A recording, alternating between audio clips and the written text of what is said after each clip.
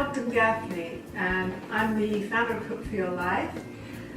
We have a fantastic YouTube channel which you should check out and subscribe to, and we also have a fabulous website with over 1,000 recipes on, and a regular newsletter you can subscribe to, so join.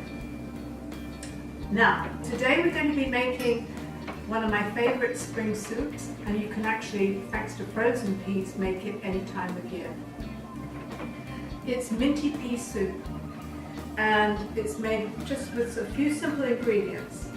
Really, scallions, mint, frozen peas or fresh peas. When it's pea season, I use fresh.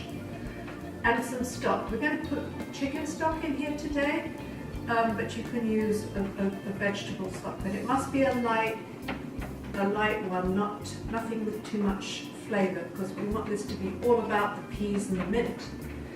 Now, we're also going to be using butter in this.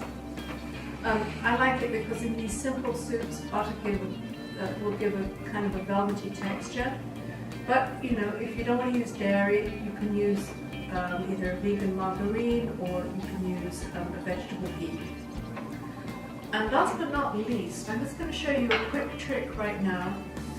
If you want to have a creamier soup, I personally like this without anything in it, you can add cream or buttermilk. Now, we didn't have any buttermilk with this, but we do have some regular milk. So all I'm going to do is add a little bit of lemon juice to it. Putting a little bit of acid in, you can even add cider apple vinegar if you want, like half a teaspoon. Just adding a little bit of acid to it will turn it into buttermilk. Just need to let it sit. And at the time we make the soup, it'll be ready. And this is also good to know if you're making scones in your kitchen and you need buttermilk. You don't need to go out and get a whole big quart of it. You can just use regular milk and just put a little bit of acid. It can be as lemon as we've just used, cider vinegar, or even a pinch of cream of tartar. Okay, let's go to the stove.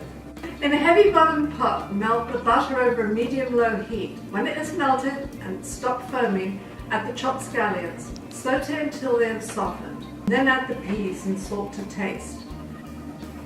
Add the whole mint sprigs and saute for a couple of minutes, and add the stock and cook until the peas are just soft and bright green. This will go fast for frozen peas.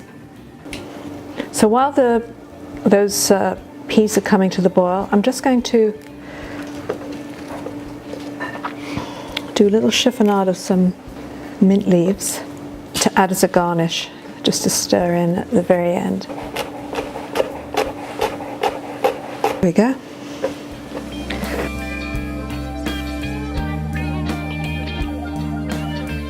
Remove the mint sprigs and blend the soup until it's completely smooth.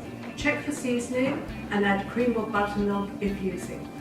Let the soup chill in the fridge for at least 2 hours and serve cold with chopped mint.